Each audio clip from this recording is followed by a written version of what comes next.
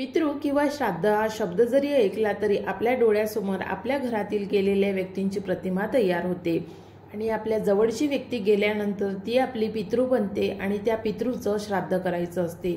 आपल्या हिंदू धर्मामध्ये प्रत्येक वर्षी भाद्रपद महिन्यामध्ये पितृपक्षाला सुरुवात होते आणि पितृपक्ष 15 दिवस चालतो। या 15 दिवसामध्ये तिथीनुसार आपल्या पितृंचं तर्पण करायचं असते किंवा त्यांचं श्राद्ध करायचं असते। तर नमस्कार मंडळी, विभूती दर्शन मध्ये तुमचे सर्वांचे स्वागत आहे।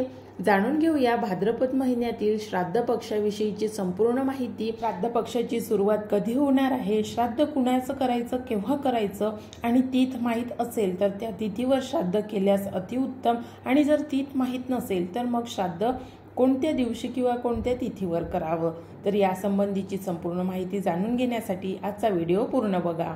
तुम्हाला जर आपल्या हिंदू धर्मातील तिथ्या किंवा व्रतवैकल्य पूर्णपणे माहीत असेल किंवा तुम्ही एकादशा, पौर्णिमा, अमावस्या, अष्टमी हे व्रत करत असाल तर नक्कीच तुम्हाला माहीत असेल की ऑगस्ट महिन्यामध्ये श्रावण अमावस्या संपल्यानंतर भाद्रपद महिन्याला सुरुवात होते आणि भाद्रपद महिन्यामध्ये कोणकोणते व्रतवैकल्य केले जाते। भाद्रपद लागताच पहिलं व्रत येते ते म्हणजे हरतालिकेचं व्रत, त्यानंतर गणपती बसतात, गौरी विसर्जन होते आणि त्यानंतर येते ती म्हणजे भाद्रपद पौर्णिमा। भाद्रपद पौर्णिमेला यावर्षी चातुर्मासाची समाप्ती सुद्धा आहे आणि सांगितल्याप्रमाणे यावर्षी भाद्रपद महिन्याच्या 18 तारखेला म्हणजेच 18 सप्टेंबरला चंद्रग्रहण आहे आणि या दिवशी चातुर्मासाची समाप्ती होऊन भाद्रपद पौर्णिमा सुद्धा समाप्त होणार आहे। भाद्रपद पौर्णिमा ही 17 तारखेला सकाळी 11:44 सुरू होणार आहे आणि 18 तारखेला सकाळी पौर्णिमा 8:03 समाप्त होणार आहे। याच दिवसापासून पितृपक्षाला किंवा श्राद्ध पक्षाला सुरुवात होणार आहे आणि हे श्राद्ध पक्ष 15 दिवस चालते। भाद्रपद पौर्णिमेला पितृपक्षाची सुरुवात होते आणि भाद्रपद अमावस्येपर्यंत आपल्याला आपल्या पूर्वजांचे, आपल्या घरातील जे व्यक्ती गेलेले आहेत तर त्यांचे श्राद्ध करता येते। तर भाद्रपद अमावस्येपर्यंत आपण तिथीनुसार आपल्या पूर्वजांचे श्राद्ध करू शकता आणि ज्यांना तिथ माहीत नसेल अशा लोकांनी पौर्णिमेपासून तर अमावस्येपर्यंत कधीही श्राद्ध करू शकता। अमावस्येच्या दिवशी श्राद्ध, पिंडदान, तर्पण किंवा आपल्या पूर्वजांच्या नावाने दानपुण्य करणे, त्यांच्या आत्म्याला शांती लाभेल असे पुण्य करणे हे आपल्याला फायद्याचे ठरत असते। कारण जर आपण असं म्हणतात की भाद्रपद महिन्यामध्ये आपले पूर्वज मृत्यू लोकामधून पृथ्वी लोकावर येतात आणि त्यांची जर या दरम्यान पूजा अर्चा केली, त्यांना जर तृप्त केले तर ते आपल्याला आशीर्वाद देतात आणि आपल्यावर पितृदोष राहत नाही। आता पूर्वीच्या काळी तिथीनुसार सर्व कार्य केले जायचे, पण आता तारखेनुसार कार्य केले जाते। जर तुम्हाला आपल्या घरातील कोणती व्यक्ती गेली असेल आणि तिची तिथ माहीत नसेल तर गुगलवरून गेलेल्या वर्षीचं कॅलेंडर काढून त्यावर जी तिथ असेल त्या तिथीवर श्राद्ध करावे। तिथ माहीत नसेल, तारीख माहीत असेल पण तारीख भाद्रपद महिन्याच्या श्राद्ध पक्षामध्ये येत नसेल तर मग काय करावं। भाद्रपद महिन्याच्या श्राद्ध पक्षामध्ये जरी तारीख येत नसली तरी अमावस्येच्या दिवशी आपल्याला हे पूजन करता येते, म्हणून पितृदान, पिंडदान, भोजनदान, तर्पण अशा पद्धतीच्या ज्या पूजाविधी आहेत तर अमावस्येच्या दिवशी त्या अवश्य संपन्न कराव्या। तारखेचा आणि तिथीचा गोंधळ होऊ नये यासाठी एक गोष्ट लक्षात घ्यावी की प्रत्येक महिन्यामध्ये तारखा तर असतात पण त्याचबरोबर तिथ सुद्धा असते। पौर्णिमेपासून अमावस्येपर्यंत आणि अमावस्येपासून पौर्णिमेपर्यंत अशा तिथे असतात आणि त्या तारखेच्या खाली लिहिलेल्या असतात। जसे की 18 तारखेला प्रतिपदा तिथ आहे आणि यालाच प्रतिपदा श्राद्ध सुद्धा म्हटलेलं आहे। त्यानंतर द्वितीय श्राद्ध, तृतीय श्राद्ध, चतुर्थ श्राद्ध, पंचमी, षष्ठी, सप्तमी यामध्ये येणार नाही कारण ऋषीपंचमी नंतर सप्तमी 10 तारखेला आलेली होती, तर त्यामुळे यामध्ये सप्तमी येणार नाही। त्यानंतर अष्टमी, नवमी अशा सर्व पितृ अमावस्या म्हणजेच भाद्रपद अमावस्येपर्यंत तिथे आहेत आणि सर्वात शेवटचं श्राद्ध हे भाद्रपद महिन्याच्या अमावस्येला केलं जाणार आहे।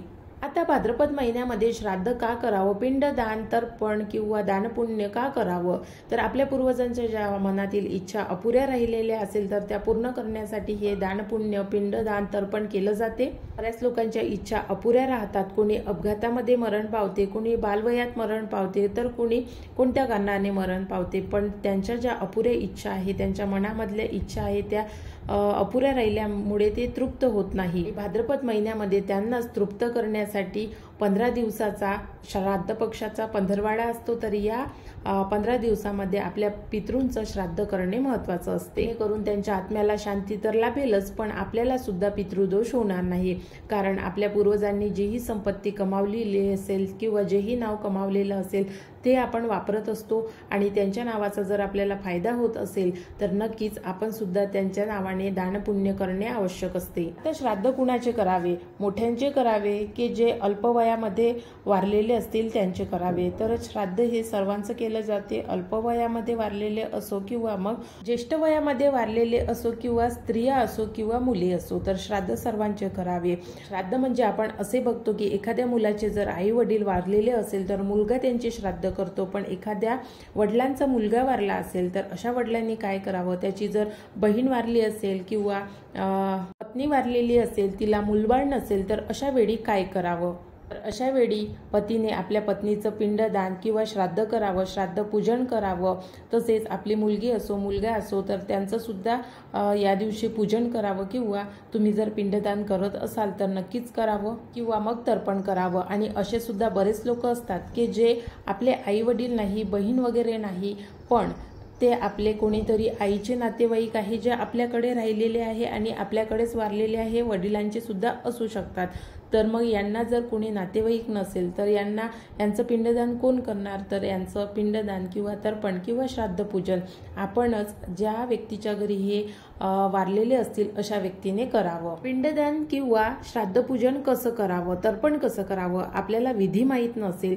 विधी तर मी तुम्हाला आजच्या व्हिडिओमध्ये संपूर्ण सांगेल, पण जर तुम्ही एखाद्या ब्राह्मणाच्या हातून किंवा जाणत्या व्यक्तीच्या हातून, जरी ब्राह्मण नसला पण त्याला या संपूर्ण विधी माहीत असेल, थोडे तरी मंत्र येत असतील, तर अशा व्यक्तीच्या हातून जरी केले तरी ते पिंडदान आपल्या पितृंना मान्य होते. पण त्यासाठी त्या पूजनामध्ये आपण स्वतः हजर असून आपल्या हातून ही पूजा करून घ्यावी. हिंदू धर्मामध्ये ज्याप्रमाणे 3 पिंडीचे विधान सांगितलेले आहे त्याचप्रमाणे तर्पणाचे सुद्धा 6 प्रकारचे विधान सांगितलेले आहे.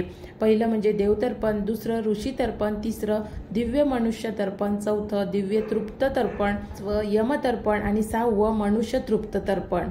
अशा पद्धतीने तर्पणाचे प्रकार सांगितलेले आहे. पितृपक्षात नियमितपणे नदीमध्ये स्नान करून हे तर्पण केले जाते.